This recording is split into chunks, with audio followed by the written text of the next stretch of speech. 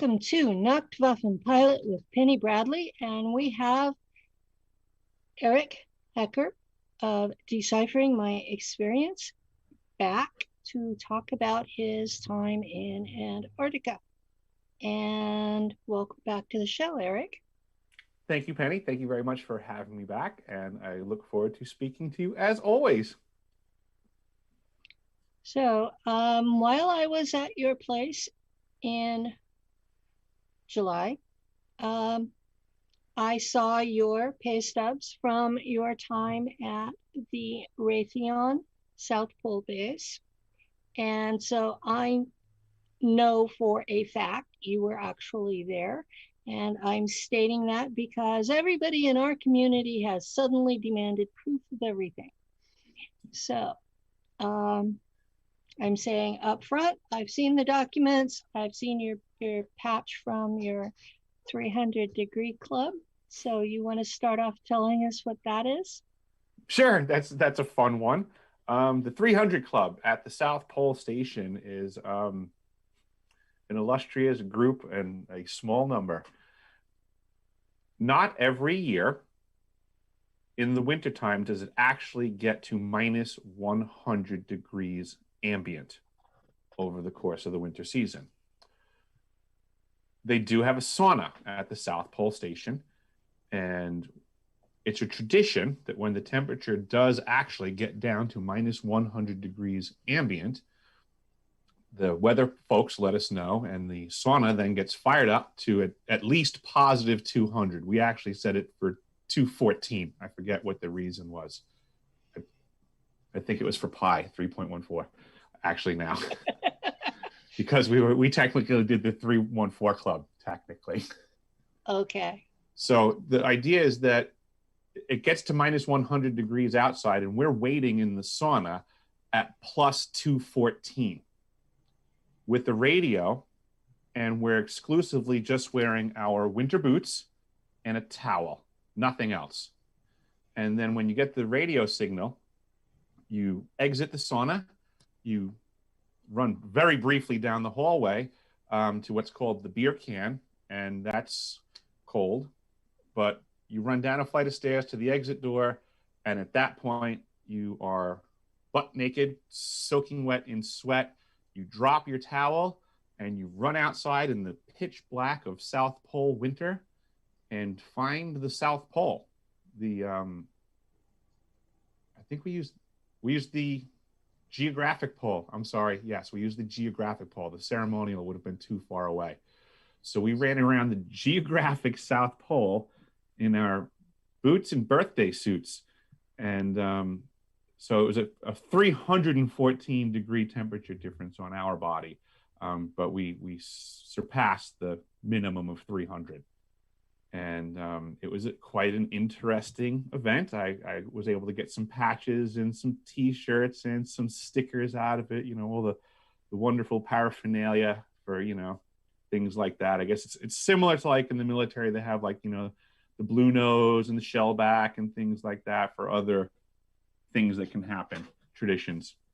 But that was ours at the South Pole. It was called the 300 Club. And it was a blast. I mean, I really, I remember just thinking, don't fall down, because the ice, the snow was, it's temped at like minus 60 degrees, pretty much year round. So if you pretty much didn't want to fall down and get my ding dong in the ice. I can understand that. Yeah. That was my worst fear at the time. Like, just don't fall down. Knowing what it's like, anything wet sticking to metal in North American winters. Yeah. I had legitimate concerns. Yes, those were legitimate concerns, especially if you were already covered in sweat. Yeah. It was pretty funny. And one of the coolest things that I learned in that capacity was how much you actually off-gas. It was really amazing because the amount of sweat that we had built up on our bodies, when you exited the structure, you were jettisoning gas off of you. You could see it. It was almost like spraying out of you. The amount of off-gassing going on, it was remarkable. You had to keep moving forwards or you would blind yourself in the own cloud you were manufacturing. Wow. Yeah, it was like some of the science stuff that I experienced, like I shouldn't say science, like the physics of being there. You would experience very peculiar things. So that was one of the things that we would get to witness. Sublimation is an interesting thing that you don't get to see all the time. At the South Pole, you can play with it every single day. You can take a big, giant, huge block of ice, snow, whatever you want to call it, from outside. And first of all, it's not even heavy because it's a different density because of the moisture, lack of moisture in the air. So the ice blocks are very, very light. It's like styrofoam. But you could bring in a big ice block, put it on the ground inside, and it'll never make a puddle. Never? No, it's 0% humidity in the atmosphere. Literally 0% humidity. It off gases like almost immediately. It sublimates right before your eyes. Wouldn't 0% humidity cause nosebleeds and such? All kinds of terrible physical things happen. It's a very taxing environment. Your skin becomes very paper thin. You don't heal at the same rate that you do in the regular world because of the atmosphere and the lack of oxygen in that atmosphere. Eventually, you deplete your own body's oxygen content, and that inhibits your ability to heal at the right rates. Why is there a lack of oxygen there? Altitude. It's 9,300 feet of elevation. Oh, okay. I didn't realize it was that high. Yeah, no worries. Yes, the South Pole Station is actually at 9,300 feet of elevation, but because of the other physiological conditions, they don't actually just discuss it in actual. They discuss it in what they call physio-altitude. So there's other things going on atmospherically that make it feel worse than actual altitude. So it's worse than Mars because Mars was basically like 7,000 feet. Fair enough. Mm-hmm. Yeah. So our physio-altitude was we would have a scroll up in the galley where we would eat and stuff like that, or you can pull it up on a monitor if you wanted to check things out. But once you got acclimated, you kind of knew the hard days, and you would normally just go to the galley, look at the scroll to confirm, and it would give you a physio altitude reading. And, on a good day, you'd be down at on a really good day, you'd be at like 10.1 or 2 or 3 or something like that. It would be a nice, easier day. But if you had a physio altitude that was hitting like 10.9, and now you're pushing like 11, then you're having a really hard day at work on those days. I bet. Yeah. So you want to tell the folks what your job there was? Sure. I was originally contracted for my summer season at the South Pole Station to be a plumber. And during my summer season, I gained a second contract to carry on for the winter season. And my contract for that was also plumber, but technically I was doing the job of what they call the utilities technician, which was basically just fixing all of the systems, anything that goes wrong. I mean, I'm at the South Pole, it's the winter time, and I'm on the team of the most qualified people to fix it. So that's what I did. Like, there was a bunch of us there, and if stuff broke, we fixed it. And I had the heavy plumbing expertise for the team. So we would basically just prioritize a brain on a task based on who had the most previous expertise before getting to pole, and then everybody would line up and follow suit and help that person and do what they had to do. If it was a carpentry issue, we'd have a carp guy that would be taking the lead on the job, and we would all fall in suit and help that guy out and get his job done if he needed the extra hands, or we can get back onto what we were doing. Basically, the day dictated the tasking, and the skill set would just be respected that was needed more often than not. Sometimes people get their feathers ruffled too, and arguments happen as well. But that's the agenda. That was the plan on a good day. Everybody got along and played nice, and things got fixed, right? Yeah, I understand that. It doesn't seem to matter where we are. We have egos, and we have feelings, and sometimes they get in the way. It happens. And as far as I was concerned, they were absolutely doing some social studies. You wanna you want to explain that? Well, it's just I mean, it's like I've been in and out of these programs a bit, right? So I know Yeah. um they want a return on their investment, and they will cash out on something 6 ways from Sunday if they can, So right? there were also studies on how y'all were reacting to one another. Absolutely. In the, in the library at the South Pole Station, there's a bookcase, and in that bookcase, there are some books that only exist in that bookcase on this planet. Really? Yeah, it's a really cool bookcase. And one of the things they have in there is all of the South Pole winter over psychological research studies from the first season, 1957, up until 1994. And you were there what year? I was there in 2010 through 11, and I inquired, and they said they stopped doing that years ago. They don't do that stuff anymore. And I said, did you read what was in there? Well, no, they told me we don't do that anymore. I said, yeah, but that's what's going on right now.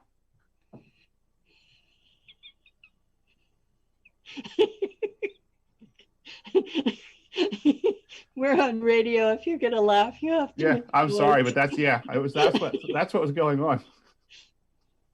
You know, I was like, hold on a second, look at this page. That happened the other day. Is it something going on here? I'm telling you. It was hilarious. I had a lot of issues with the HR folks there. I forgot about that. Did they label you as a paranoid? No, they just scheduled Monday morning meetings for me. Well, I should say I did that. I said, enough with this baloney. I said, I'll just meet you Monday morning. Find out what's going on. I scheduled my own. There was nothing better to do that winter. There's only 49 people in 8 months to get through, you know, so you figure you might as well let everybody do their job to the best of their ability during that time period. We had to keep the HR girl well exercised, I guess. 49 people in all kinds of disciplines. Oh, yes. In a vast array of disciplines. It was pretty much a cross-sectional life. Are you at liberty to describe some of the projects? Oh, absolutely. There was the Atmospheric Research Observatory, known as ARROW, and they were studying the atmosphere. That was in one quadrant of our land, I guess you would say. There was the elevated station was the main facility, but then about it on the property, so to say, were other buildings and science facilities. So ARROW was one of them. That was in one corner of the property. Then we had in another area, we had what was commonly referred to as the dark sector. And we had MAPO, which was an off-Earth mapping project of this cosmos. We also had the South Pole Telescope on a similar and conjoined mission, I guess. The South Pole Telescope was really cool science. And then also in the dark sector was the ice cube neutrino detector, which is a very fascinating item that I spent a lot of time working in and around those scientists. And I had a lot of questions, and I got a great education on that device. The South Pole Telescope was also fun to work on. I did an overhaul on that unit in 2010. I was part of a team, and we did a bearing replacement was the task. And from what I was told, never in the history of the world was the task done the way that we did it. Normally, they have a larger window of time to do such a task. Okay. So they just disassemble the telescope completely from the top all the way down to where the bearing is, replace the bearing, and then rebuild the telescope. We don't have a window to do that. So we jacked it up. We separated it where the bearing is, and we had to jack up the upper end of the telescope, which the combined weight of all the steel structure and everything was in the ballpark of 450,000 pounds was my recollection. And Wow. that had never been done like that before. And I was working with the plumbing team and helping with the welders and stuff like that. And it was a really cool feat. I mean, it is fun to do a task that no one's ever really done before. You have a plan, but you're figuring it out as you go. And then when you pull it off, and like, I mean, when's the next time someone's going to do that? You know? So it's kind of cool. That was the fun part. Like the tasking there, I would say was really fun. As far as a craftsman goes, it's an environment where you really get to test your skills. And I'm a big fan of that. I really enjoy the challenges of overcoming obstacles in my trade and the environment and the rough conditions, and just getting stuff done and getting it fired up and making it work, or putting it back together after some catastrophic failure when, you know, it looks hopeless. I mean, I get some people have a quitter's mentality. It happens, but you have to fix stuff. And in certain environments, failure is not an option. And some people have that mentality and some don't. Some people can winter at South Pole and some can't. It's just that simple. I happen to enjoy rising to the challenges that occurred there. More often than not, it was a pretty mundane, boring day. You know, day-to-day operations were pretty mundane.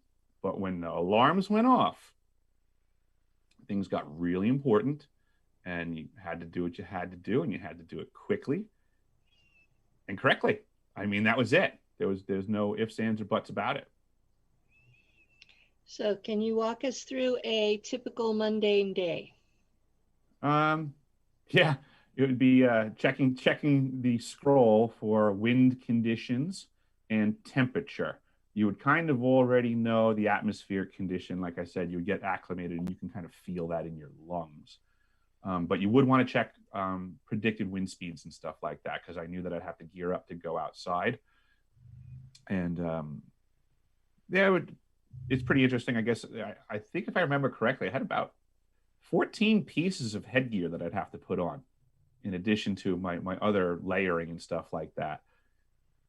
But I'd usually go and check the outbuildings would be one of the first things that I would do. All these dark sector buildings, Arrow. We also had what we would call rod wells, which was our water supplies. We had other ice tunnels underneath that would have to get inspected. We would have certain facilities from the summer camp that were shut down, certain items that were maintained. So a fistful of places that I would have to go meander in some pretty harsh conditions. So I would find out, is it, you know, minus 80 degrees ambient with a 30 knot wind, what direction, what's the prediction for, is it going to change, is it stable? That was a big thing for me, was just getting my gear and my bag ready for where I was going for the day, because I would need to bring emergency food, emergency water, backup radio. Anytime I exited the elevated station, I had to be prepared for the possibility that I might get lost or disconnected and have to hold up somewhere. And we had different plans for this, and we had structures that I could bail into if I had to hold out for a storm or, you know, whatever. Got hurt, you know, I might get hurt when I'm out there and not be able to make it all the way back and have to go to a warm-up hut or something like that and call for help. So these are all things that we had to plan for, deal with, train for.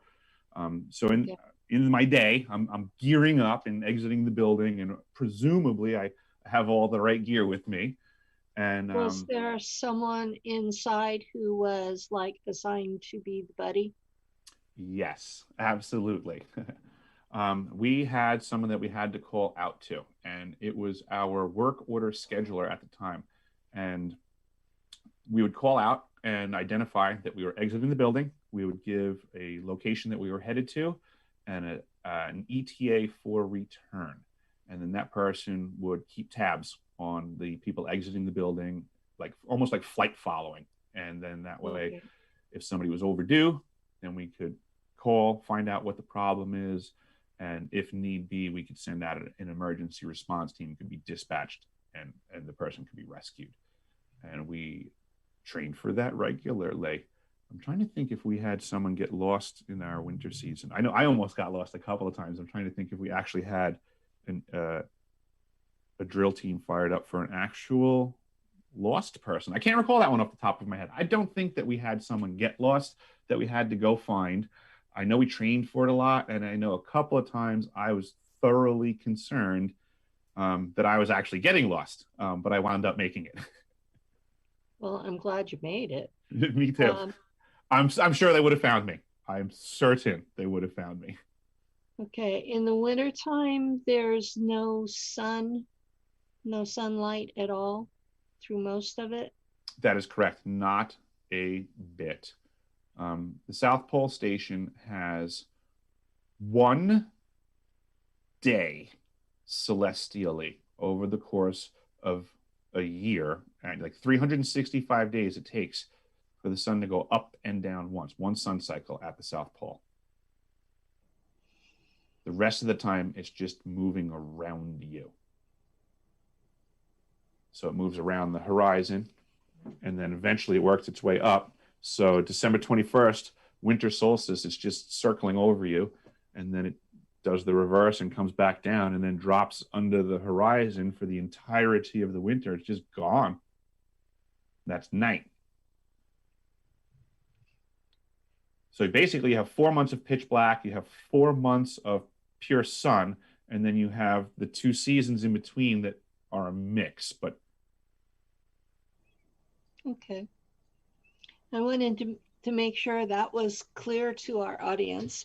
Oh yeah, it was dark.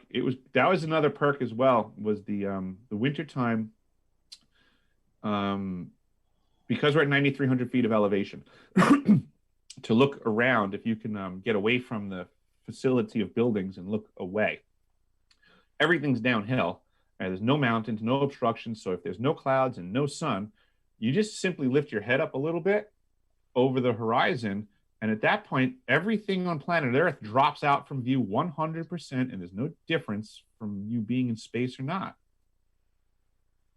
Wow. It's really pretty. And the density of the stars and what you can see there, I mean, I don't know how to explain that to anyone, and I don't know that it could look any different or better from space. It was really gorgeous. That I believe, yeah, with a lot less atmosphere and absolute stark dark. Yeah, it would be amazing. Mm-hmm. And that's basically why they had the South Pole telescope located there, because of the atmospheric conditions. It is so thin, it does allow for these devices to work with much greater precision due to all the lack of atmosphere and light. A lot of it has to do with light. They get a lot of light intrusion in other places. I live in one of those rural areas in a small village, around 3,000 people. And some of those I think are pets. But we have so much light pollution, and even at 1,400 feet, there's still a lot of weather above us. So sometimes seeing the stars at all is impossible. Mm-hmm. So I'm a little bit jealous. Yeah, it was really something else. And then the auroras, I was just talking, I was on Full Spectrum Universe the other day with Rob, really nice guy. And Rob is a nice guy. I like him a lot. We were talking about the auroras, and I had explained to him, I said, it's really unfortunate. I mean, I've seen the Aurora Australis in the wintertime at the South Pole, and yes, it is beyond beautiful and beyond description. It's also beyond the camera. I don't know if people really, truly understand that. But when you sit there and you actually look at an aurora in real life, the camera does no justice to what you are witnessing. And I know from the folks that I was there with at South Pole that, yes, they could figure out how to manipulate the camera to get a shot. But then what you see I mean, I've seen the picture of what I was looking at, and I can tell you that the picture sucks compared to reality. It's just like a washout. You have to leave the camera lens open in that environment to absorb enough light from that you're trying to get, which is the aurora. But then what happens is it makes it look darker than it really is in reality, because you need to get that light to get a contrast in the background. So it's very unnatural looking, and it takes away all of the life of the aurora, because in reality there's no stillness to it whatsoever. An aurora is like alive. It's like an energy. It's making noise, lots of it. It's sizzling, it's crackling, and all of that noise and all of that motion, when you're looking at it, it's like, I was just going to say straight in the face. It really has a life to it. And it seems to me almost like a photo of the aurora australis is not indicative at all of what I saw. Yeah. I've been told that the colors we see in the photographs are not what you see, that what the eye sees is usually a white color. Now, is that true or not? Coloring is true that white is one of the more common colors, but you can see different colors. I've seen purples, greens, reds, whites. You can totally see colors in the auroras, but it's like there's really like a motion, like an ocean. There's like a flow and a movement and different densities and stuff going on. And to take photos or video of it, you're really bastardizing reality through that medium just to capture it. It doesn't do it justice. Well, that's good to know. I've never seen any aurora real life. I live too far south to get the aurora borealis. My favorite part was the noise, actually. It was almost like it was electrical. It was some sort of sizzling. It was like almost a static electricity in a way, but it had like when you're listening to a stereo and you hear like the when you first turn it on and it's like really loud, but there's nothing playing it. It's just like that. Yeah. But you can still feel it like going through you, like the music's about to kick on. That's like what the aurora was. It was like it would make this sizzling and cracking sound, but you could also like feel it. Like it was like you could be like walking sometimes and you would hear it first before you saw it, and it was almost like it was like calling out to you, like, oh, where is that? I hear it. I hear the sizzling. There's an aurora around, and you would go like looking for it, and then you'd look over and there it is. It's over there. I knew I heard one. But they were pretty common. I thought they were fantastic. There was an occasion one time we had arches that go into big giant Quonset hut arches, like big corrugated steel tunnels that go into the ice. But we have parts that we maintained an exterior door and garages and things like that to be able to get in and out of the tunnel. But over the course of the winter time, the snow accumulations accrete over the roof line and make these big, huge snow cornices hanging over the edge that could now fall down and kill someone. So we have to basically cut them off and drop them in a safe fashion. That's one of the tasks we had to do one day. So we manufactured our snow cornice saw, which we figured out by using big lengths of rope, and we tied knots in the rope. And we put people up top at a safe distance and people far away at a safe distance. And we pulled the rope back and forth across the roof line and it cut the snow cornice off, and it worked out really well. But in that task, we were all outside and an aurora started, and it was one of the strongest ones that I had seen the entire time that I was there. So again, considering we were at the legitimate geographical South Pole, we were looking up at a complete ring around the pole of green aurora, and it was a very thick band, and it had like some spinning going to it. But we all laid down. We all stopped our task. We were like, hold on, we got to watch this. We all put down our tools. We all laid down on our backs at probably minus 80 some odd degrees ambient. And we all just were looking up at the sky because it was freaking gorgeous. This giant green ring. It looked like flames in a way. It was like green flames churning around.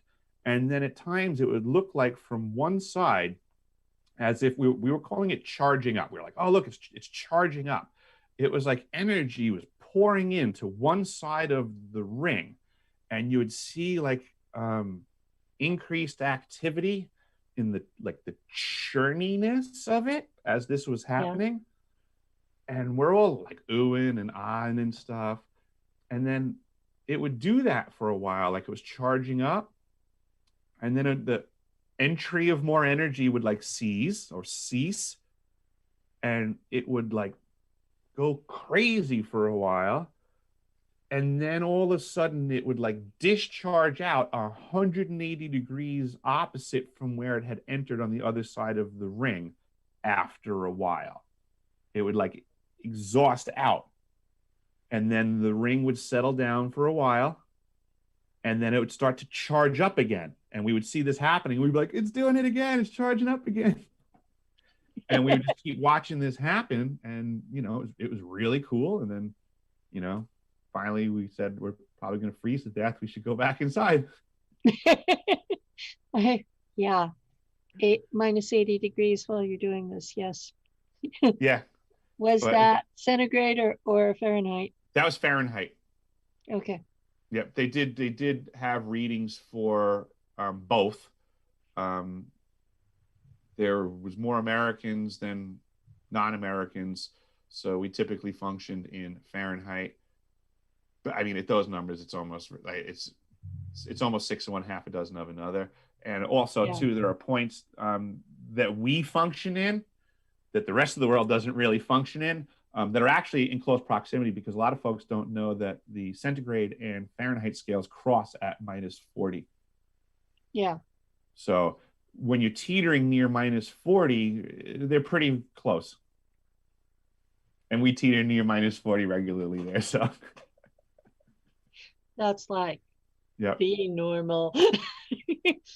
Yes. What we don't do is ever say negative. It's inherent when you're giving the temperature. It's just your brain thinks the other way. 90's freezing.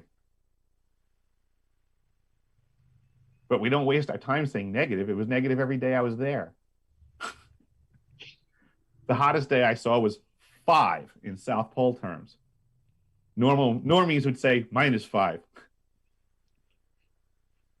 Yeah. I deal with a lot of folks that are not Americans in my social media. Mm-hmm. And I get a lot of ribbing about Fahrenheit. Mm-hmm. So some of it's good-natured and some of it's not. That happens. It's all good. I imagine their country's probably in lockdown right now. It is. Very much. Wow, so. Sucks to be them.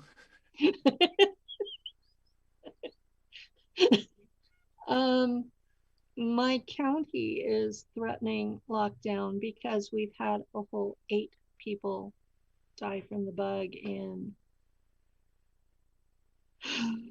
what is it, 10 months? Well, eventually people will get their heads out of their butts and realize they're giving away all of their rights. Yeah. Well, I hope you're right about that. I'm seeing more and more folks running around without masks, but that's good. We know at least one of the 8 people in our county who died actually died of cancer, and they blamed it on the bug. So. Well, let's not ruin a perfectly good conversation with propaganda story pieces that have been forced upon us. Yes, sir. Okay. What do you want to talk about next? Let's see. I mean, you were there for a year, so you should have lots of stories. Mm-hmm. Yeah. I think, geez. Well, you had asked before about the day in the life, and I had made it to the door. Okay. So I would normally have to jump out that way. Dark sector was usually the furthest walk out. Actually, the ice cube neutrino detector would be one of the places that would be hardest to get to. And one of my favorites, actually, because it was a challenging walk, and a really cool facility. And it was actually an easy inspection too. So the task had way more to do with getting there and back, which was, again, more of the fun challenges. But going out to the dark sector, I would shoot over to the MAPO facility, and there was an operator inside that place who currently, I think at the time, I think he lost it for a little bit, but now he regained it. He has the record for the most winter overs at the South Pole Station in the history of the world. And he's up at like 15 now. So wow. He's a madman, and he knows everything there is to know about South Pole Station. And he was one of the first places that I would have to stop in the dark sector and check his facility, ask him if he was having any troubles with anything, go over stuff. Next one was the South Pole Telescope. Same thing. There was an operator in there who had been in the program for quite a few years. That telescope was basically his baby. Dana, good guy, really smart. And he was hunting for new galaxies and you name it. And he was finding them all the time. People really have no idea how much we've learned on this planet that has not been disseminated. That was one of the things that I learned. I've been working in government programs now for solid 10 years in research programs from South Pole Station to Barrow, Alaska. I mean, from the bottom of the world to the top of the world. It really saddens me to let you guys know that you are investing a lot of money that you're not getting a return on. And worse off, you're getting lied to all the time too. But don't believe me. I was aware of that. A lot of the folks listening may not be. Mm-hmm. There are all of the trillions of dollars in the Pentagon's budget that they can't account for. It all mm-hmm. goes to Black Ops. And the entire space program is one of those Black Ops. Go to the University of Wisconsin and look up the Ice Cube Neutrino Detector Project. It's run through them. Look how much money has been invested in that program. I believe it's to the tune of, this was 10 years ago when they were turning it on, actually. That's another thing, too. I was there for the switching on of that. When they went from construction to firing it up, operations and maintenance, I was there. That was part of my team. Do you know what it does? I know many things it can do. Are you wanting to talk about that? I'm working on that, I will say. Okay. I'm working on that. It's like many systems that the government funds. It will certainly do the thing that it is presented to do. And it can certainly do something else at least. And I would suggest that it's very worthy equipment of study. I'm studying it myself. I don't want to fire off half-cocked on certain statements. But again, anybody else who wants to study the Ice Cube Neutrino Detector and the University of Wisconsin and all the money going into that facility, join me. If you find something out that you think is interesting, I think it's a very interesting facility. Neutrinos are interesting. Even the science behind this stuff. Even if you just start with what's the presented science, a lot of people don't really know what's going on and what a neutrino is and why they're doing this science. We could start with that. I mean, a neutrino is a near massless particle moving at, or I should say moving close to, at, or beyond the speed of light was what they were considering when I was present at the facility. And that's what they were looking for. They have now confirmed this. So it's awesome. But what neutrinos do with that telescope is they go flying through the ice. I'm sorry, at the detector. They go flying through that ice. And when a neutrino contacts the nucleus of an ice molecule, it breaks apart the nucleus and creates a new molecule, I guess you would say, known as a muon. And it also expels in that moment a flash of blue light. So the detector, they have these things called the DOMs, digital optical monitors, these basketball-sized circuit board sensor thingies that they have strewn all through the ice, thousands of them through miles of ice depth and all kinds of stuff. It's a huge, huge, huge array set up in the ice. Huge, massive. Do you have some idea of the numbers for Thousands. the numbers of parameters of the size of the place? Yes. So the depth of, they would basically drill a hole in the ice that would go from the surface down about 2 miles. Each one of these holes, they would then drop down a string, a cable. They call it a string.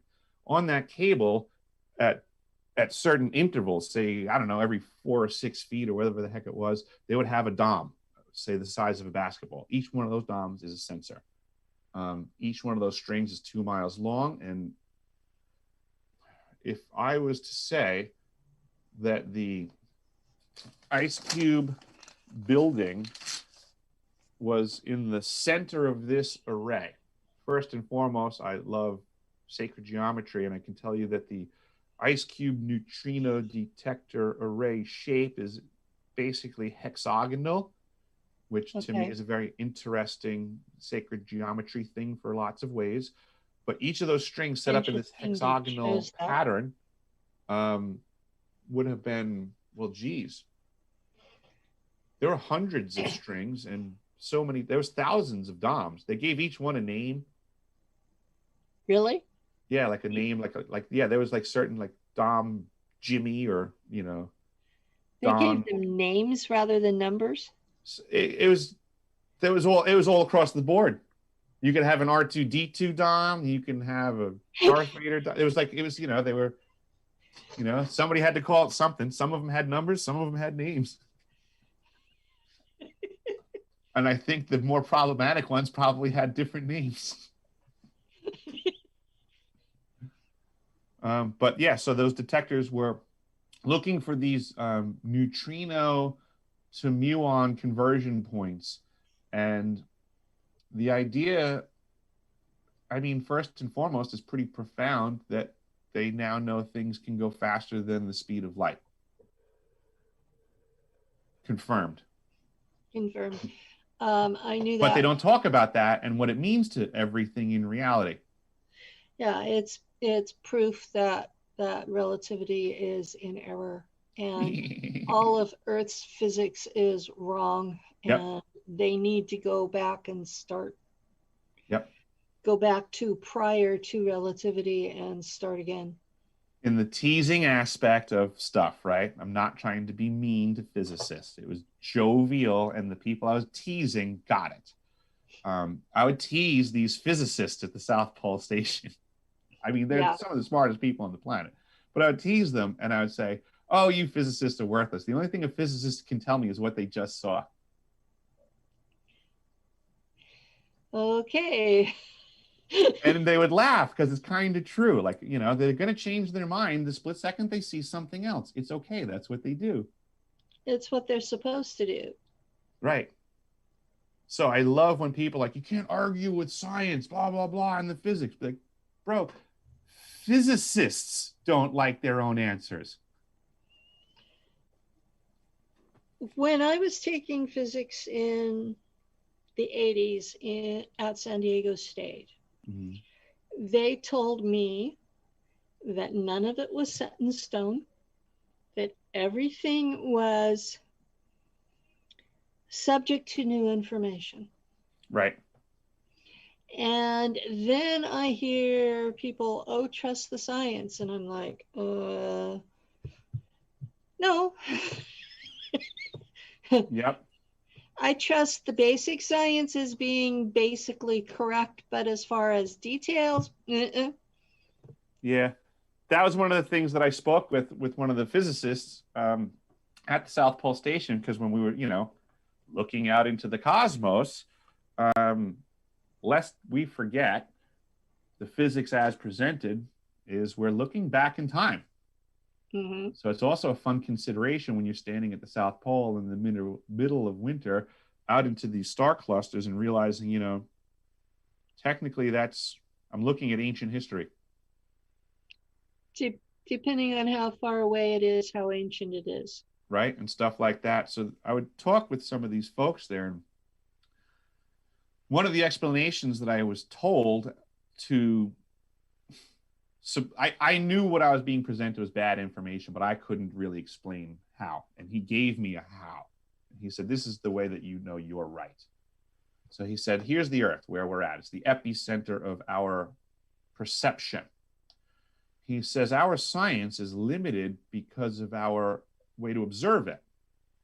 He said, so we look at the cosmos by how far we can observe, and that's limited by light, our observable universe. He said, so we can basically look outwardly, he said, to the distance of about 4.5 billion years, because that's as far as our tools and testing stuff does. So then the light has to go out that far and bounce back for us to functionally perceive. So we limit ourselves by the stuff that's inside that bubble.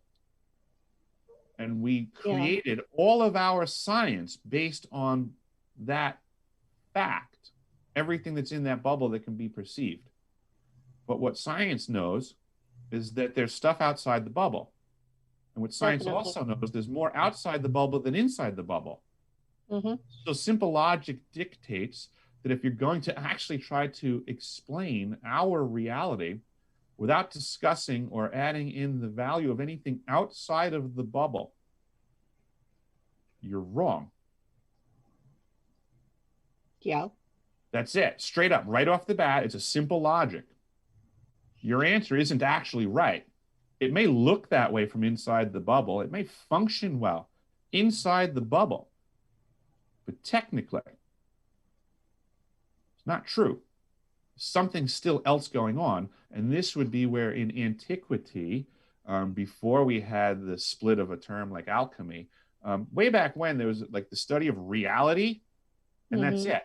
Now we have, like science and religion and, mystery schools and things like that. But way back when, we just basically had like reality and the mystery schools, which dealt in the conversation of things that were mysterious or unknown or unreal or couldn't be observed, but were still respected as being outside of observation, but of value to inside this bubble. At least some sort of conversation would have to occur about the unknown. And today's science just leaves all of that unknown completely out of the equation. They do not even want to discuss that it exists at all. They want to operate inside that 4.5 billion year bubble. All of their information comes from inside of that. And it describes inside the bubble really well. But that would be like a fish being in the fish tank and then trying to describe what's going on around the block. Everything in the fish bowl that they can measure. Right. Yep. Because there are things in the fish bowl that can't be measured. Mm-hmm. Right. Yes, because there's still more unknown than known. And yet here we are constantly discussing reality, what can be known, without even first admitting there's an unknown. Like, that's insane. Yeah. Well, the physics that I was taught in the 80s was mostly based on Newton. Mm-hmm. There was some mention of relativity, and there was discussion about quantum mechanics, and there was discussion about the then new membrane theory. Mm-hmm. And so the membrane theory was an attempt to explain what was outside the bubble, because they had noticed discrepancies between their view of reality and what they could measure. and the math didn't add up. So I sat through one lecture where the professor sat there and said, well, what's happened is the physicists have climbed the mountain and found the gurus sitting there already. And this was in 1982. So how far have they gotten in the almost 40 years since? Yeah. And again, back to covered up sciences and programs and stuff like that. Folks like Ingo Swann and stuff and the government had to have some pretty interesting conversations back in the day about what reality is, right? Mm-hmm. Folks like Ingo Swann are part of the monkey wrench in measuring the bubble. Mm-hmm. And yet even Ingo Swann said that once they know you're capable of this, that they'll never let you go, that they will completely wear you out. Mm-hmm. So that's what they like doing. But I think, I don't know. I feel like tides are changing at the moment. I do feel like there's a grander energy of folks paying attention and waking up to at least engaging conversations that they wouldn't have had previously. Well, that makes sense to me. I mean, I have a whole show doing that. Yeah. But you see more and more people, I think, in their day-to-day lives, I think, engaging each other in topics that would have been previously like rather verboten. And now they're, jumping into them with a little bit more zeal. I think folks are starting to realize they've been a bit more deceived than they previously paid attention to. Well, I haven't seen that in my, shall we call it, real world life.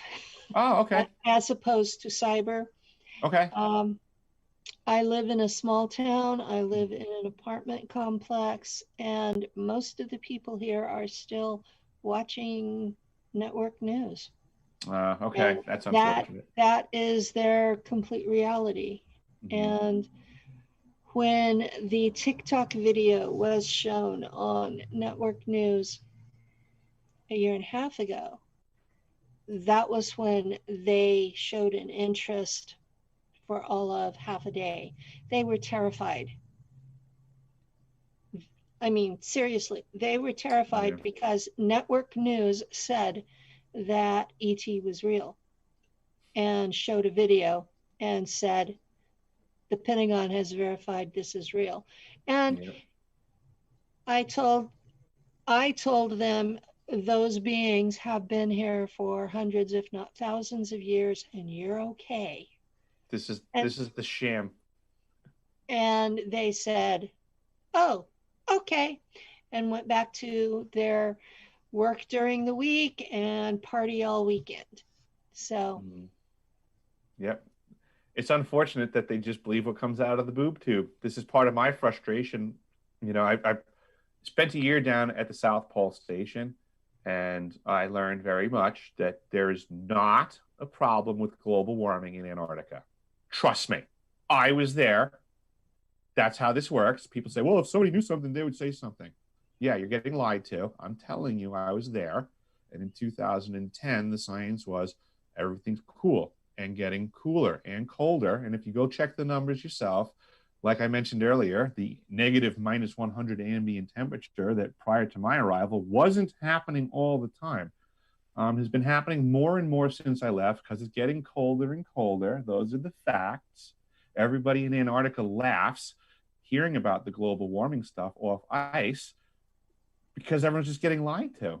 But because I don't get to pay for the news to get produced or the research to go out there, no one listens to the plumber that was there. They listen to the Rockefeller-funded History Channel show that has an agenda base that wants to say a glacier broke off the ice in Antarctica, so global warming's the problem. It's getting warmer, and that's a lie. It's getting colder. The ice is accumulating more, but because the mechanics of the ice, when it goes out over the water and grows and grows and grows and grows and grows because it's getting colder and growing, then eventually it can't support itself anymore and it snaps off. And that's natural. That's part of the process of a growing glacier that's healthy. It is not the negative impact of global warming like everyone's being lied to. Next question. Since you were in the middle of Antarctica, is it a continent or is it a ice shelf around a flat Earth? Well, I would love for any flat earthen person to talk to me because the planet's round. I've pretty much flown around most of it.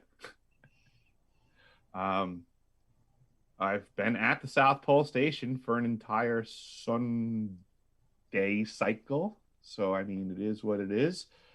It doesn't do anything the flat earth people say. And anybody, I mean, literally anybody can wake up on any given day and not have to deal with a flat earther because you can just ask them what time it is and the sun is up and then ask them if the sun is up on the entire planet. No? Okay, then it ain't flat. Good night. I just thought I would toss that out there because you were there. Yeah, the Earth's round. I hate to let people know the truth. I've seen it from space, and yes, it's round. So it's kind of a lumpy potato-looking thing. As far as I am concerned, the entire flat Earth movement is a CIA psyop that got pushed into the truth community, whatever you want to call it, the searchers. It was some BS to derail people and make them look like buffoons. That's all it is. That's what I thought it was from the get-go, and said so, and a lot of people have been quite hostile. Yeah. I was surprised by how quickly it made the rounds. I've been surprised by how quickly certain other things have made the rounds that were just as much psyops. And watching the ignorance and gullibility has been quite frustrating for me. Yeah. There's a little known faction in our history. I believe you've heard of them, but this is very referenceable and everyone should actually become familiar with the term COINTELPRO. COINTELPRO. COINTELPRO. Learn the history of your country. Yeah. This is a big deal. Way back when, COINTELPRO, I believe, was operating out of a desk of the FBI, technically. But what they were doing was infiltrating. I'm paraphrasing, but this was according to their paperwork that was found. Their intentions were to infiltrate everything, every argument. It doesn't really matter if you were pro-war or against the war. They would infiltrate both sides. If you were pro-choice or pro-life, they infiltrate both sides. This is what they do. They get into every conversation and weasel their way in to the point of running the conversation. Their intention was to close off discussion at the extremes on every topic. Yes, to provide margins, basically, is the way that I looked at it. Yeah. Is that as long as you're within the margins, they'll control the conversation up to here and up to here. And then, anything outside of that side is crazy. Anything outside that side is crazy. Yeah. As long as you're within the margins, you're okay.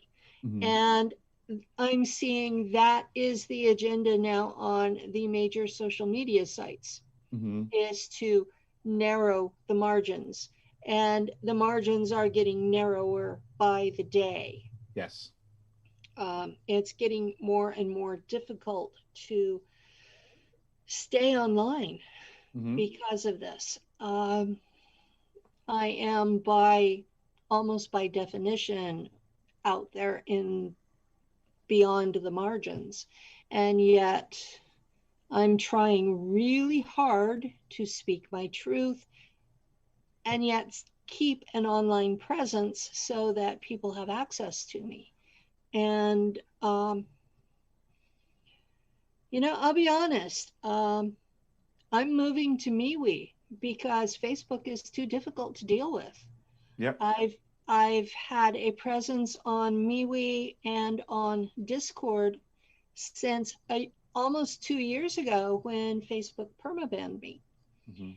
And I did come back to Facebook because it's a place to share my radio show and have pages and talk about my website. But I cannot be honest on Facebook and Mhm. stay there. Right. And we still don't know why they booted you. And You you know were what? I'm not even looking back. You know, it is what it is. I'm a person that often says vote with your dollar. So I'm going to MeWe because MeWe supports my mindset at this point.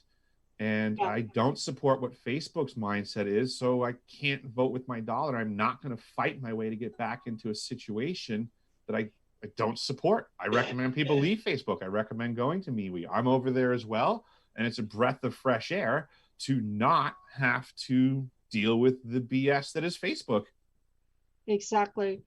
I have not been challenged even once by MeWe, and Mm-hmm. it's frustrating. Mm-hmm. There are joke memes that are being fact checked. I had a pointed joke meme, and it was obviously a Photoshop job, and and almost all memes are, seriously. Mm-hmm. And I mean, that's how you make them. And that was what Facebook's fact check decided to call it was, well, this was photoshopped. So they put their thing over the front of it and said, not true. And I'm like, come on, guys, get a sense of humor. Mm-hmm.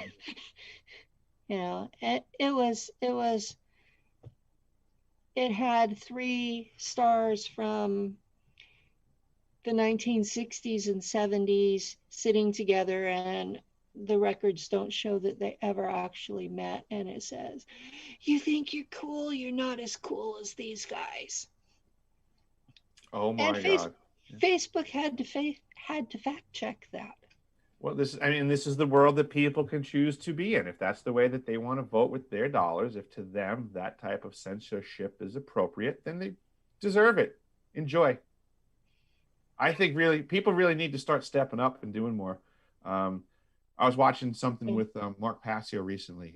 Geez, it took me a while. It was like 8.5 hours. He did a talk on natural law, and That is one of the best videos I have ever seen. And yes, it is incredibly long and it's worth every minute of it it. is worth every minute of it. I can't wait to watch it again. And one of the things that Mark Passio brings up, and I support this 100%, we need this in this world now. A lot of the stuff he says we need in the world right now, which is pretty interesting. Go watch his video. I'll try to link it when I put this one up. But Okay. he states that right thought is, principle for sure. Very important to be of right thought. But really think about it. What's the value of right thought that is not followed by right action? None. I agree. That was kind of what he was putting up as well. So he is It, basically saying that his if you have whole a right thought, you need to go to right action, because in a way, if you don't have a right action to follow your right thought, I really don't care what your thought is then. it's his discussion is about restoring your personal sovereignty and doing this through right thought, right action, and in the integrity of being a whole person doing this. Fair enough. And because he comes from the background of having been in Church of Satan, so many people listen to him and completely freak out. Yes. But if you listen to what he says, he makes perfect sense. And And and if you and ever want to understand your enemy, He will Yes. give you very good insight into who your enemies are. And how they think and how they are operating and what you have to deal with. Yes, he also Because clarifies they believe it. exactly what I was just thinking. It's not a matter of what you and I believe in the battlefield, so to say. If your enemy believes something, is acting on something a certain way, you need to know that. Yes. You know? That's actionable intel. Yes, and action being a big part of his speech, and where I was going to bring this up was that today, this is what the world needs now. This is the direction that I'm going to be pumping hard. It is one thing to be of right thought. Every single person I meet seems to be able to tell me what they think is right. Mm-hmm. But then they tell me that what they think is right is what other people should be doing. No, And it's what you should I never be doing. catch them in the middle of doing the thing that they say is right. So I'm going to start challenging people to start doing something right. I'm less interested in what you have to say. I'm very interested in what you're going to do. And I want to support people in right action. I'm very interested in that. It does mean that you first have to have right thought, but it does mean that if you're not going to bring the conversation to action, I feel like you're just going to be wasting a lot of people's time. And I want people's brains to go in that way, because if you're seeing people just thinking, and if you're catching yourself just thinking, if you're not acting, you're not accomplishing anything. And this is not the battlefield environment for you to be getting caught flat-footed and just reacting to the actions of those around you that are aware that you're just sitting on your thumbs. Yeah, I've been looking. And I don't mean you, Penny, like you directly. I know that. I've been looking at what I'm doing, and I keep being hit up with people who have no clue what I'm talking about. They get the deer in the headlights look. Mm-hmm. You've seen that expression. And then they ask me what to do. Mm-hmm. And I give them baby steps because that's all they're capable of. Mm-hmm. And then they think, well, Penny said this was all we had to do. And you've heard that out of their own mouths. Mm-hmm. Yep. I have a new answer for this. When people say, what do you think I should do? My first answer is stop asking other people what to do. Stop letting other people tell you what to do. Figure out what you think the right thing is to do and do it immediately. Yeah. Don't sit and think yourself out of it. Right. Do it immediately. If it's working, good. If it's not working, come up with a better idea. But don't waste your time thinking about the perfect plan and asking someone else what the perfect plan is. No one has the perfect plan for you. I can assure you of that, because anyone who wants to ask for the perfect plan and doesn't have one, and you're going to admit it, contact me. Go to decipheringme369@gmail, and then do what I say. Because if you want to look for what other people are telling you to do, then let me tell you what to do. And if you don't want to do what I want to tell you to do, then don't let anybody else tell you what to do either. And figure out what you want to do. So many people nowadays listening to other people tell them what to do is driving me bonkers. Yeah, I have a lot of people trying to tell me what to do. And I'm like, excuse me. Mm-hmm. Who died and left you in charge? Mm-hmm. Yeah, like, and not for nothing, like my response is like, what's stopping you from doing it? If you believe that this is so important, I'm simply just going to agree with you and say, do it. That's more like, I think that's what frustrates people when they deal with me more often, is that I challenge them to do the things they said that they were intending to do. Mm-hmm. I'm like, okay, sounds good. Do it. Oh, how come you're not doing it? Well, how dare you tell me to do that? I didn't tell you to do it. You said you were going to do it. Yeah, I'm starting with the pressure on Congress to investigate the CIA, because Congress has authority over the CIA if they have the will to do it. So I'm putting pressure on them so that they'll have the will. Mm-hmm. That doesn't mean that's the only thing I'm doing, Mm-hmm. or that that's the only thing anyone can do. Mm-hmm. Mm-hmm. But short of advocating things that might be illegal, this is something that can be done by anyone, anywhere. Mm-hmm. Because even if they're not American citizens, they can still put pressure on Congress. Mm-hmm. So this And is something nice, easy, anybody can do it. mm-hmm. Knowledge is power. Sharing it matters, right? Here's another Yes. thing that's, with what's going on in the world and the community. I can go to YouTube and I can look at the videos that are being pumped around the mainstream, and it blows my mind, the junk that people are watching, the insane things that, I mean, it is what it is, to each their own. But there's content creators that have, I don't know, 86,000 subscribers, and 4 minutes after they put up a YouTube video of them like petting their cat or something, they get like 500,000 views. Yeah. This is where people's attention is. So I'm going to straight up tell people, you need to start helping. If you want this information to go around, you say, what should we do?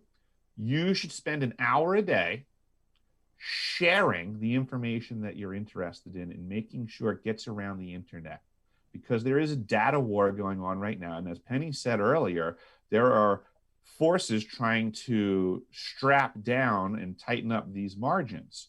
So you want to know what to do? Share, like, and subscribe. Do that all day long, or whatever prescribed time for you to do it. But since you asked, people ask, what can we do? Like, share, and subscribe. Move the information around for the content creators that you want to remain, because someone's trying to make them go away.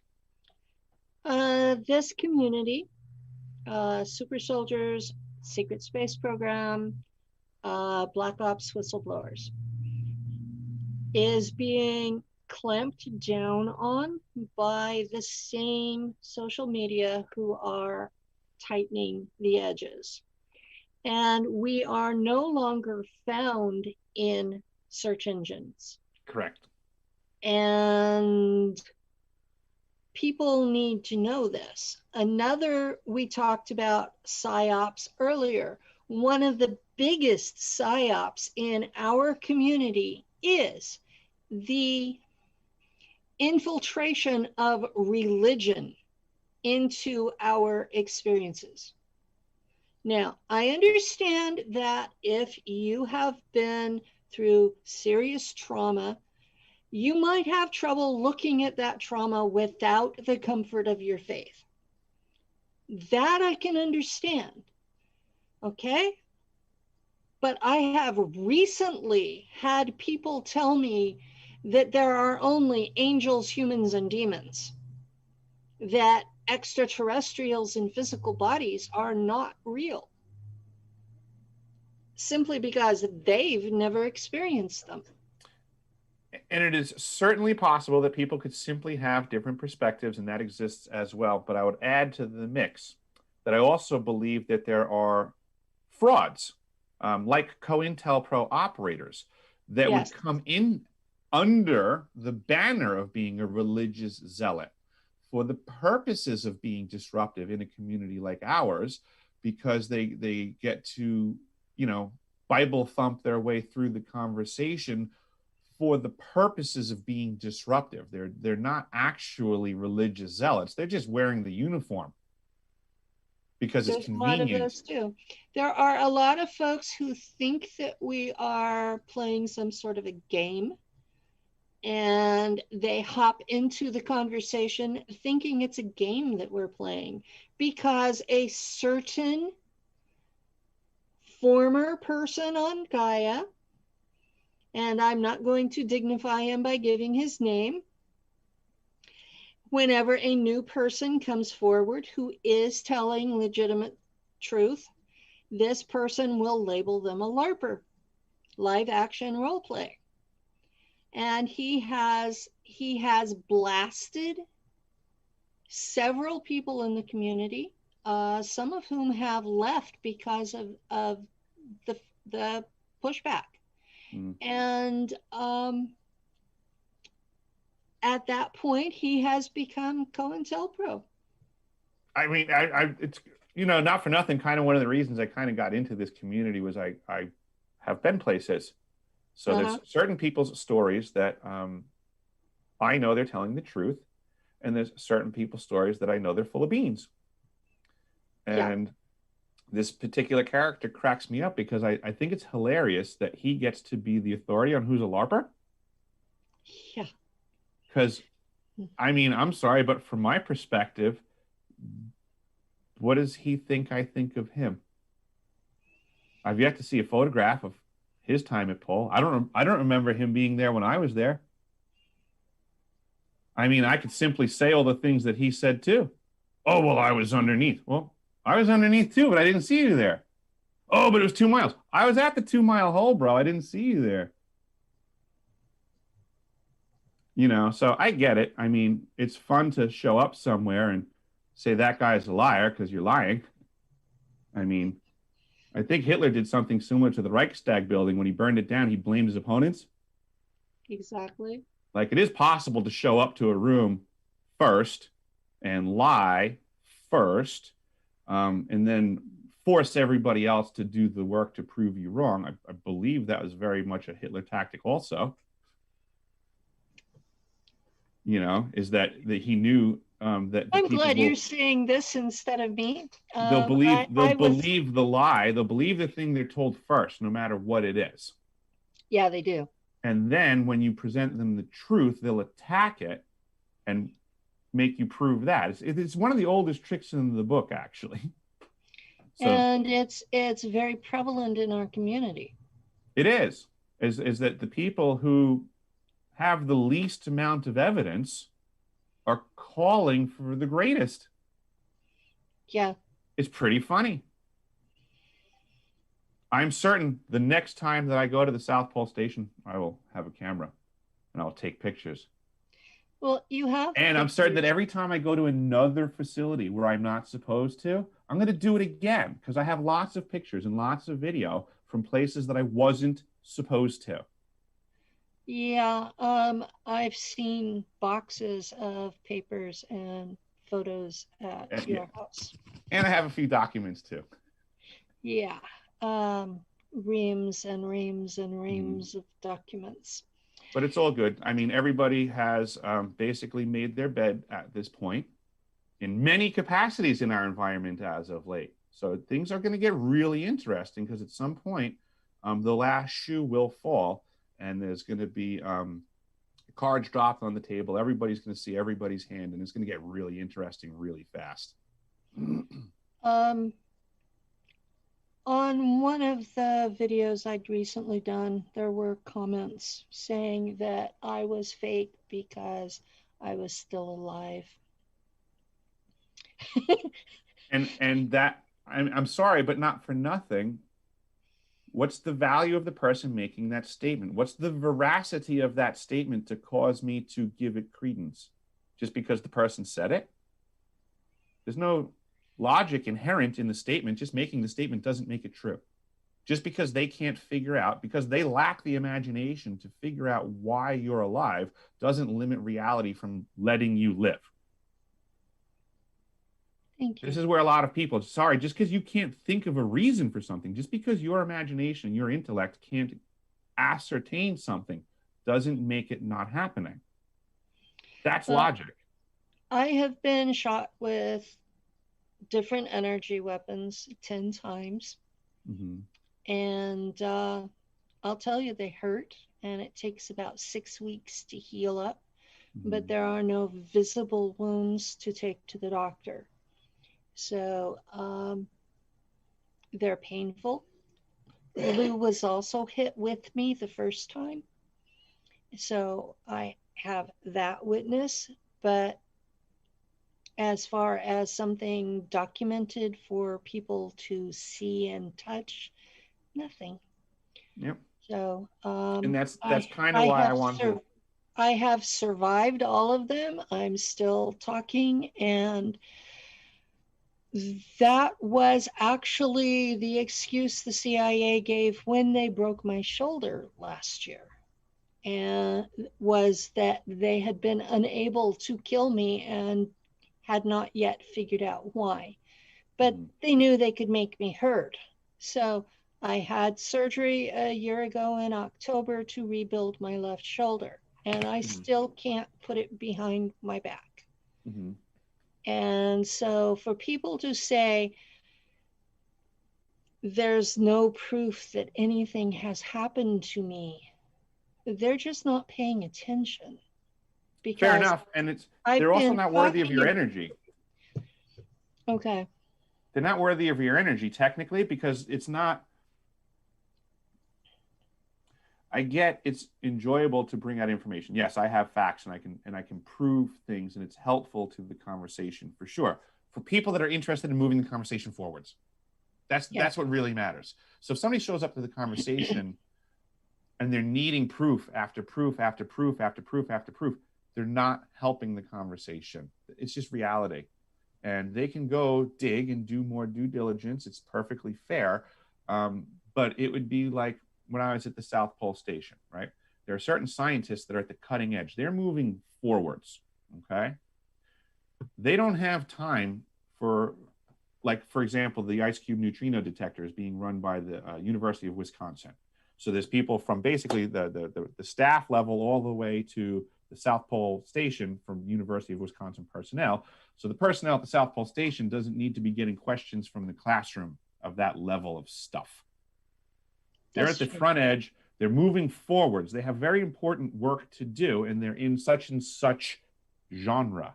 But just because any student might come walking into the room doesn't mean that that scientist needs to peel off what they're doing because so-and-so doesn't understand what's going on in here.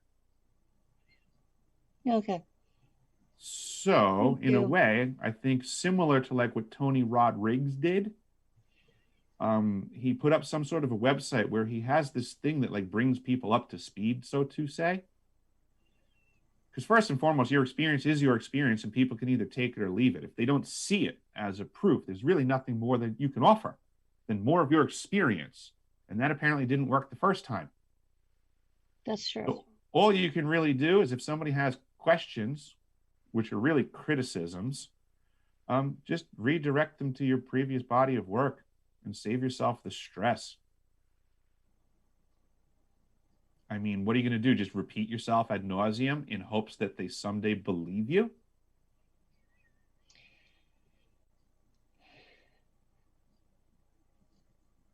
You're right. Okay. You don't need them to believe you. You have your life. You've done it.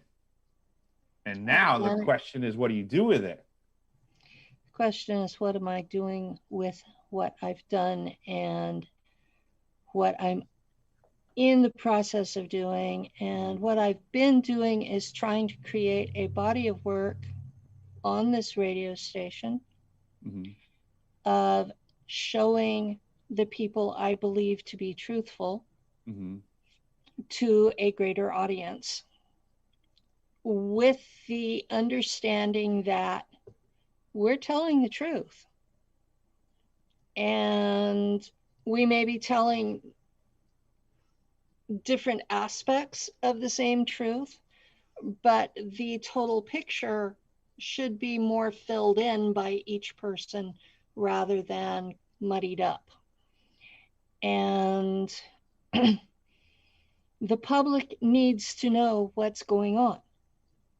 At least a general picture of that there are black ops operating by kidnapping children, by using them without parental consent, that these programs are operating illegally, immorally, unethically, and that only the public can do something about it. Because these agencies are not going to change unless they're forced to. I just had a light bulb go off in my head. Okay. For the people that say, what can we do? What should we do? Here's a plan. Okay. My page is Deciphering My Experience. I post things on YouTube. Penny has a story. I have a story. We all have stories. I believe the best way for us to show everyone that our stories are true is to simply ask everyone else, share your story. Be honest. Step out of the shadows. Make a YouTube video. Go ahead, put it up. Put Deciphering My Experience and your name behind the video and tell your story, something odd about your life. You don't have to give your whole life story. Share something that you think no one else would believe, but it's your life story. And just put in the title, Deciphering My Experience, your name, tell your story, and let everybody start realizing that we can become more comfortable with sharing our stories. We don't have to hide in the shadows. We don't have to have matching histories to have positive futures. Sounds good. So mine's already up as Nacht, Waffen pilot. Yep, yours is already up. Yep. And people, you know what? If anybody wants to start their own page, start your own page. If you can't think of a name, throw Deciphering My Experience on there and then talk away. And then that way it helps me because you can then vote with your dollar because it makes my name go in the algorithm. And that's how you can help me. I can certainly use your help. Penny can use your help. Like, subscribe, do all the fun stuff to get our information out there.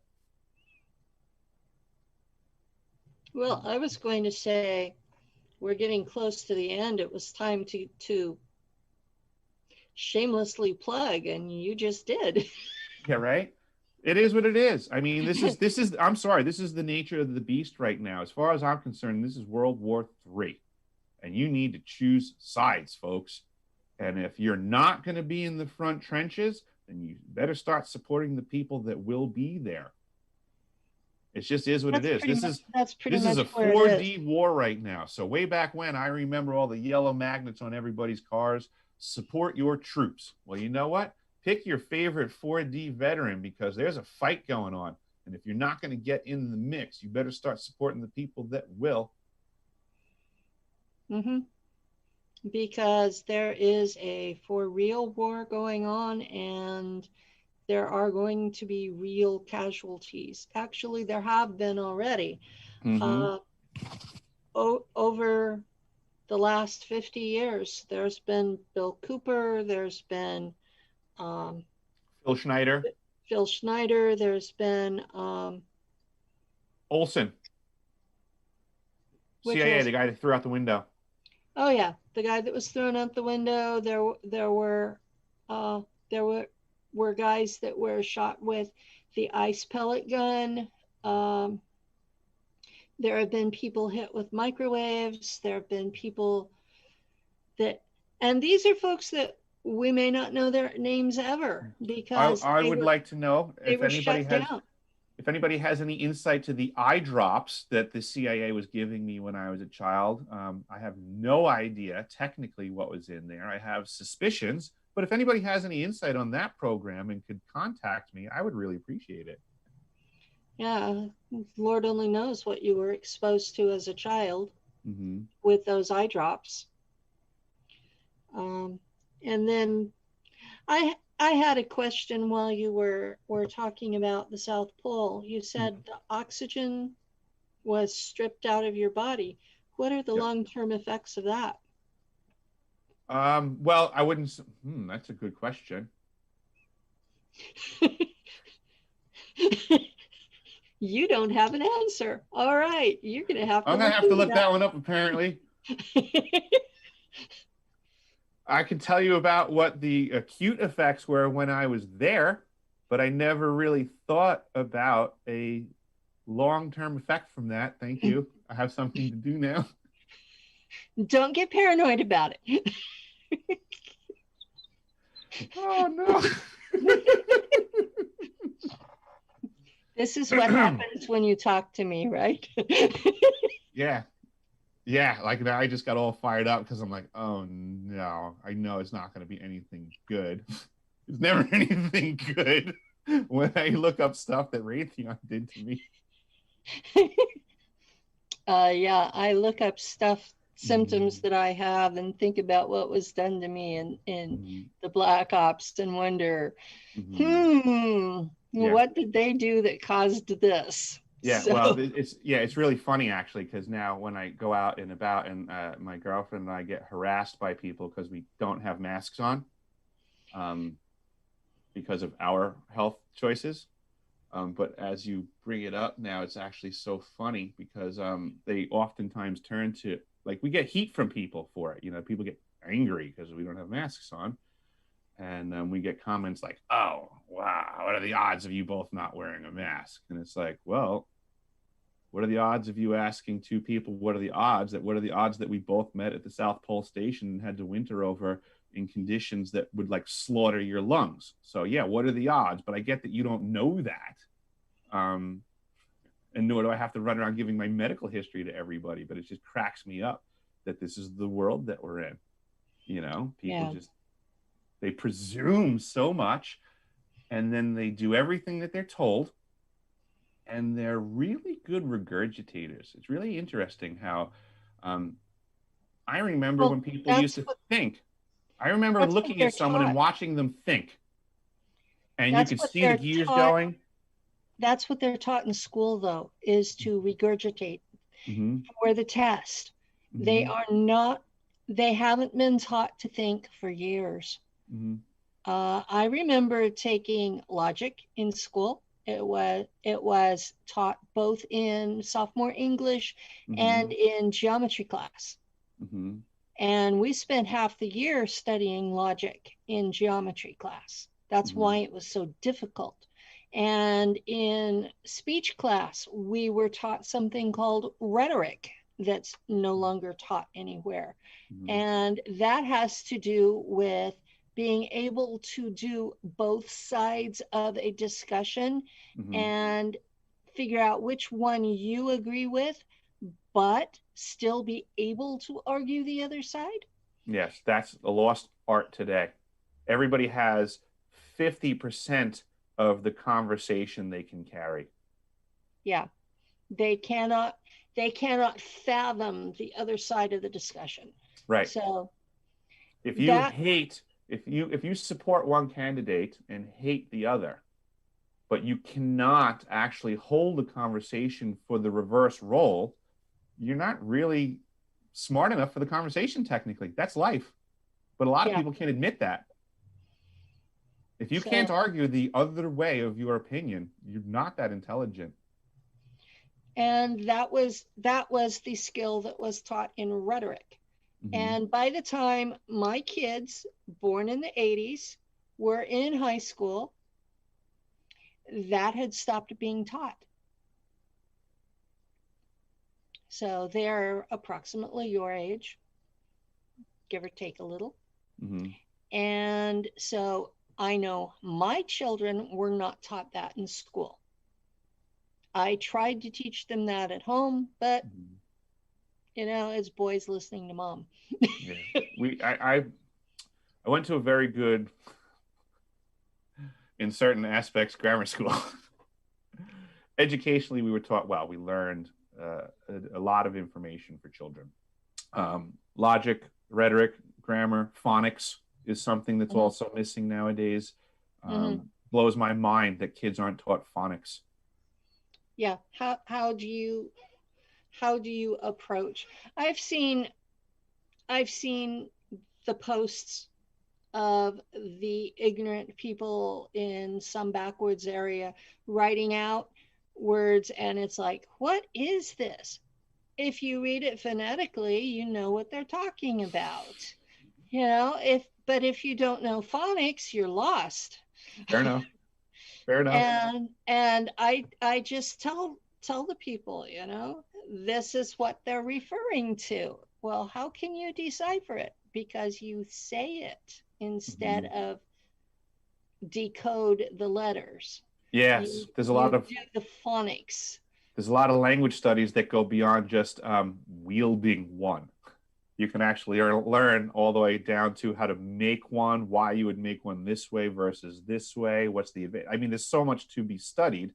But again, here's the way of the world is that, I'm sorry, but if I'm not mistaken, I would say that a elementary school education at the early 1900s was probably giving you a better end product than a complete college degree right now, short of a master's.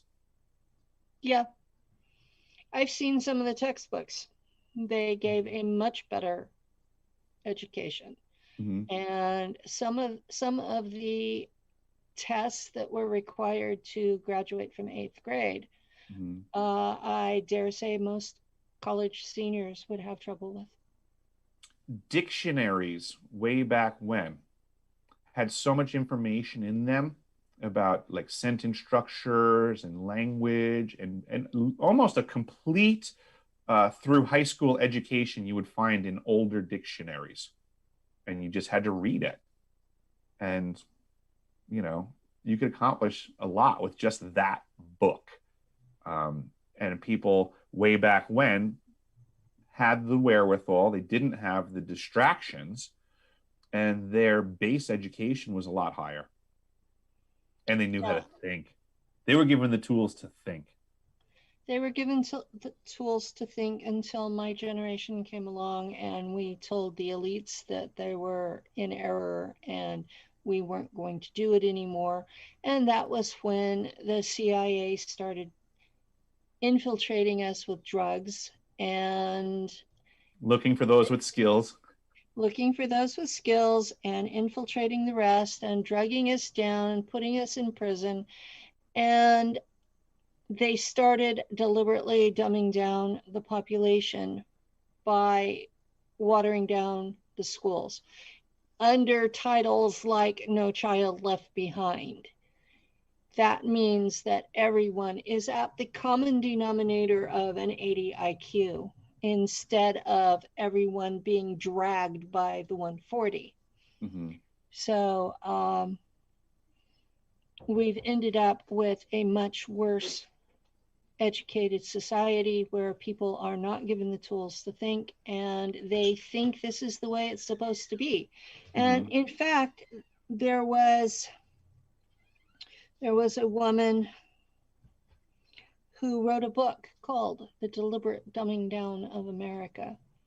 And I'm recollecting it. It's free on her website. You can download the PDF. And she was part of the Reagan administration.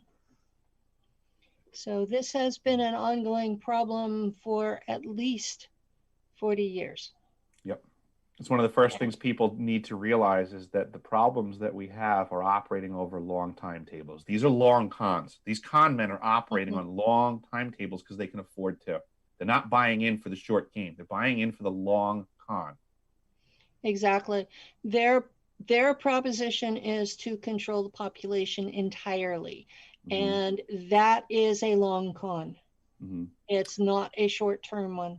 I found out something recently that I've been waiting to share with you. It just popped into my head. So you've always pointed out bloodlines, family lines. It goes right into that long con thing. These are not things that are happening overnight or in one lifetime even.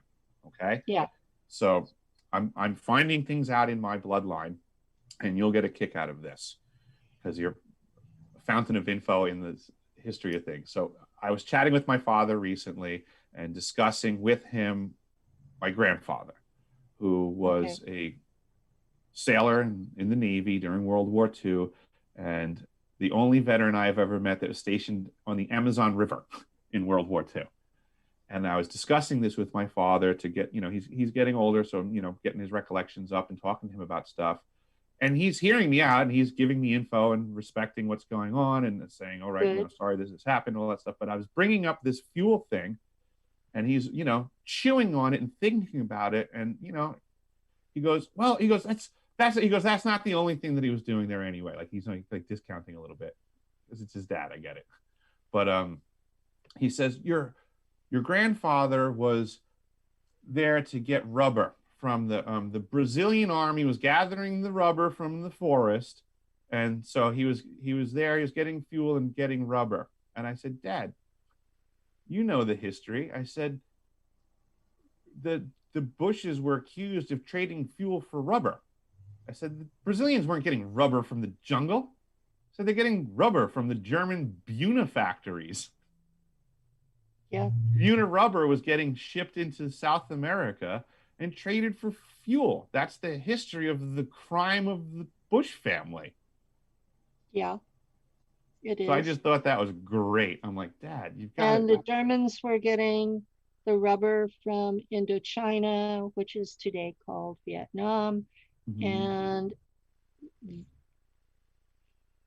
even though it was a French colony, the Germans had taken over France and were taking the rubber and using it to trade because the Allies could not go forward without rubber tires. And yeah, it was, even though they were in this bloody conflict, they had to trade to keep each other running. And at any point in the supply chain, it could have been stopped and both sides would have been grounded. Right, the war would have been over and the profiteers would have stopped profiting, but we can't have that happen on this planet ever. Oh, I know. I mean, Uh, heaven that's forbid. that's one of the major crimes of my bloodline is all of these constant wars. Mm-hmm. Um, I've been mortified by who I've been related to and their reactions to finding out I was related to them. I have been called worse things by my blood kin than I have been by the folks investigating them. Mm-hmm. Mm-hmm. And I was recently informed that they had lost me, that my personal family line had been lost in the records when we were exiled to America. And so it's been interesting them making contact with me after I got all the records on ancestry.com Mm-hmm. and their reaction that I was Rh positive. It's been an interesting mix, and I'm not sure I would have shared anything about it if I had known ahead of time Mm-hmm. how much trouble it was going to cause me. I can follow Now, that.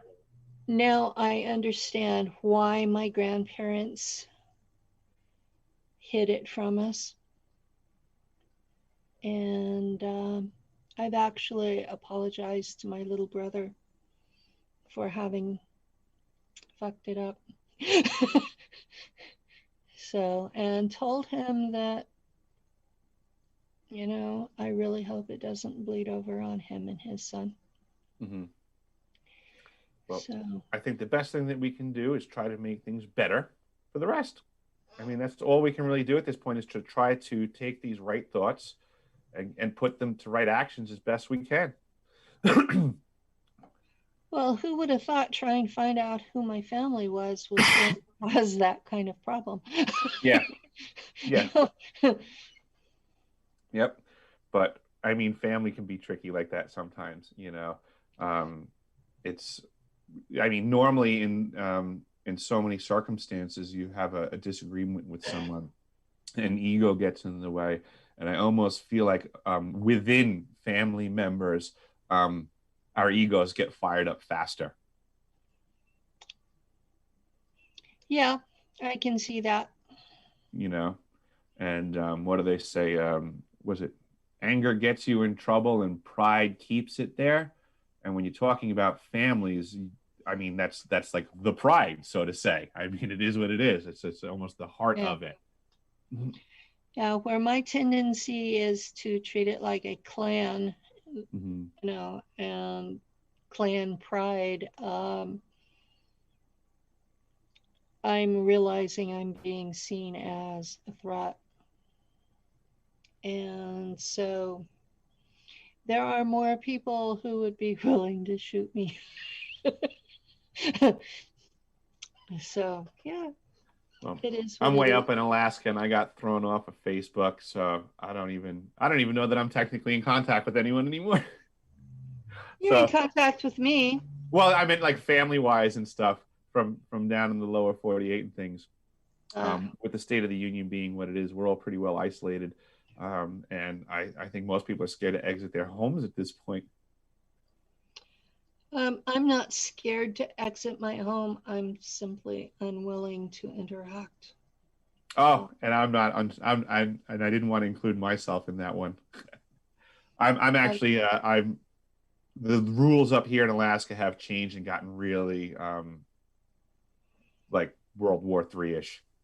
The laws changed, and I always tell people they're changing the laws. Read the wording. That's what they plan on doing, or they wouldn't have made the law say it. I mean, it's yeah, quite simple. that's what they're planning on doing, or they wouldn't have made it say it legally. Yes, this Correct. is very true. And I'm watching in my state, California, that the governor thinks because it's a state of emergency over the bug that he has full dictatorial privilege, and the state courts have informed him that he's in error, and I'm watching that play out. I'm just noticing up here locally that the paperwork is now stating a similar state of tyranny. Even though they're not enforcing it, the paperwork just presented itself out of nowhere. Well,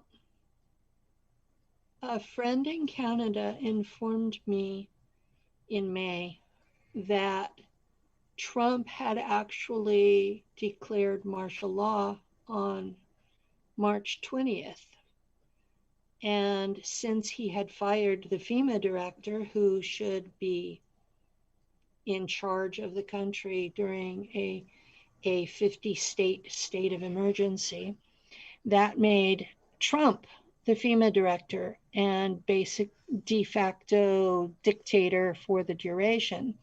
Okay. And I'm looking at this and trying to figure out, okay, we've had an election that's disputed still. So, was that a legal election given that we were in a 50 state of emergency?